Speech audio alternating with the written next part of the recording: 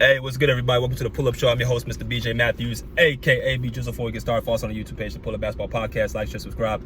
All of our YouTube videos, hit that like button. Y'all coming in here, hit the share, subscribe, hit the Cash App, hit the Venmo, all that good stuff. Let's get it popping. All right, so back at it again with another video. Car rides with B Jizzle. You know what I'm saying?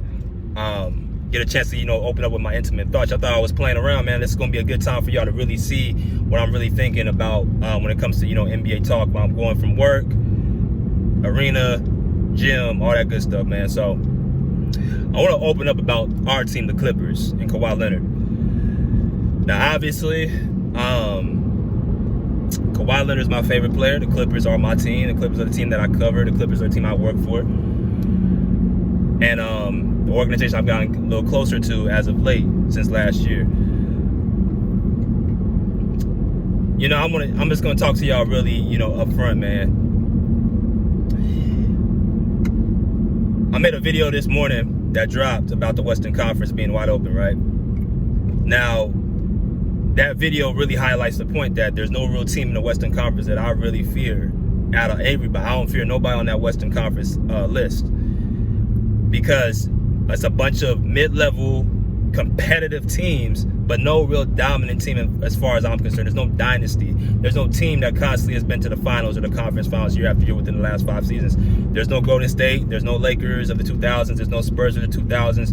There's no, no Miami Heat of the 2010s. Cleveland in 2000. There's no dynasty team in the Western Conference, right? Now, Boston is a different story. You got a team that's been to the Eastern Conference year after year for the last 5 seasons, 5 conference finals and 2 NBA finals and 1 championship. That's a dynasty, or the dynasty that's they're working at. We don't have that in Oklahoma. We don't have that with the Western Conference. Oklahoma City is presumably the favorites, but they ain't went to the conference finals even once. So it's a good time if you're looking to try to win a championship. But this is why I want to talk about the Clippers.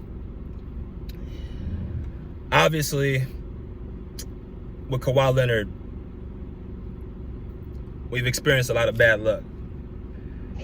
And with that bad luck, it's put a sour taste in my mouth. I'm not going to lie to y'all, where I've looked at more things analytically than more like as a fan, because the fact that we ain't had a chance to really compete for a title has put a bad taste in my mouth, and it's really taken the fandom out of my heart. It's more so about I'm looking at things more black and white. This year I said I'm not making no movements until the playoffs, and I meant that, because I've seen this story before where we're looking good and we have a good team 4 or 5 years straight, and then our best player is not on the court. Now, when I say that, I'm not saying to demonize Kawhi Leonard. Okay, this is my favorite player. I take a lot from his game. His mid-range shot, his two-way play. I'm a fan of Kawhi Leonard's game and he as a person. But what I've gone a little bit tired of is how people just bypass all that and just look at just basically the fact that they want to say, well, Kawhi Leonard not playing is really minimal, not a big deal. And what I mean by that, they be silent about what's really happening, the elephant in the room. They want to blame everything else but his injuries. I'm not even going to say him. I'm going to say his injuries. Anybody who's watching and been around for 5 years know what's going on, know the truth, that Kawhi Leonard has been unable to complete a playoff run since the bubble, 2020. And all I'm asking is for people to be a little bit more conscious of when they speak about the Clippers. We have a very scrappy, good team right now. A great defensive team. And we have an offensive system we look like we found with James Harden and Visca Zubac. That is pretty deadly. That pick and roll. And Zubac's playing out of, his mind, which he's been doing really over the last couple seasons. It's just more so it's highlighted because James Harden's, making him look that much better. Can't lie. But, again, we've had teams who have been good enough to win a championship if we had our best player. Every year we've been known as one of the contenders in the Western Conference, as long as Kawhi's on the court. Now, I'm going to talk about how that can actually work in our favor. That team, that ESPN and all these, big major platforms do not look at us as a contender, while it can actually go our way. But I want to focus on Kawhi.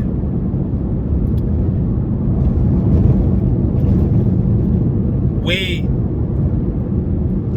fear nobody in the West. I don't know about y'all. I don't fear nobody in the West as long as Kawhi Leonard's on the court, because I know playoffs is all about matchups. It ain't about your seeding. So let's say we draw a team like, I don't know, OKC.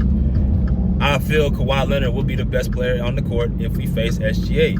SGA is a very, very poised, good player who's also a leader. But he ain't Kawhi. He don't have no championships.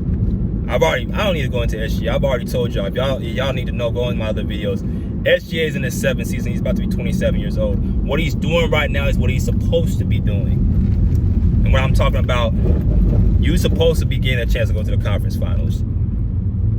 Kawhi went to the conference finals. Let me tell you, Kawhi did. At 25 years old, remember that series against Golden State in 2017? Where he faced the Warriors, he almost put them out, that big dynasty, scary dynasty, where he had 25 points in the first half. You know how old he was? 25 years old doing that. SGA's 26. In the conference finals, that's what Kawhi Leonard was doing without Tim Duncan being there. Kawhi had his first championship at age 22, had his second championship at age 27. SGA is doing what he's supposed to be doing. I'm not in awe of that, and that's not no hate or no knock. I'm just used to seeing a lot of great players in my era. Kawhi Leonard, Kevin Durant, LeBron James, James Harden, his heyday, Steph Curry. I'm used to seeing great players in my era, all-time greats who were looked to, be productive and perfection as close as possible year on year and after year. I'm not used to these one-hit wonders who come in after one season and just be like, oh, okay, I did good, and I'm just going to, get knocked out in the first round the next following year. I'm not used to seeing that. So that's probably why my mindset the way it is, that with SGA, he's just, doing what he's supposed to do. But that's nonetheless. Kawhi Leonard, in any series I put him in, I feel like I got the best player. And that's what it's going to come down to, matchup. So you can put him in with this team, then I'm not scared of nobody in the West. I'm not scared of the Lakers or the Suns or the Grizzlies. I'm not scared of the Kings. I'm not scared of the Timberwolves, Pelicans. I'm not scared of nobody. But that's where I get frustrated, because the Clippers are looking to win a title and doing at any cost and point. And with that being said, the only way we're going to do that is with Kawhi Leonard. So that's why I named this, it's all on Kawhi. This is all on Kawhi Leonard. If y'all want to know how the season's going to turn out, it's all on Kawhi.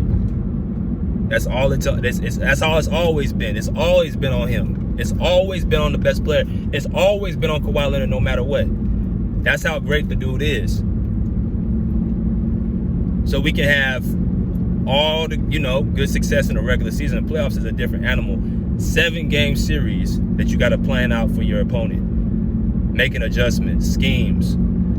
You guys realize that when we doing stuff like this in the regular seasons, teams will adjust, because now coaches and video coordinators have time to actually plan for you and plan for your scheme. So the system that we got with James Harden right now, this is why I say again, it's a gift and a curse, because James Harden's system is a system. He's been using it for 10, 11 years since Houston.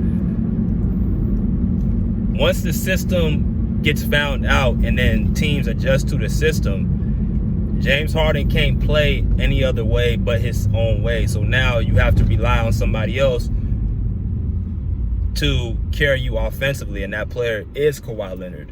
We got bench scorers like Norman Powell and Amir Coffey, other good role players. We got Zubac, of course. But that's another thing. Zubac, how much more effective will he be once they find out how to guard James Harden's, pick and rolls and lob threats and all that stuff? That's why having Kawhi Leonard so pivotal on the court.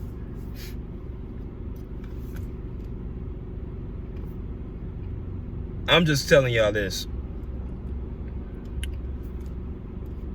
One, I'm not scared of nobody if Kawhi's on the court. Two, we need to put it where it needs to be put, why we ain't won a title. And three, I don't look at it more as a fan as much as an analytical sense. Right? So that's pretty much what I wanted to say, man. I just had those thoughts in my head. We can win a championship as long as Kawhi Leonard is playing. We have a chance to win at least. All right? But until next time, pull up a seat, pull up a chair, pull up. Peace. Out of here like swimwear.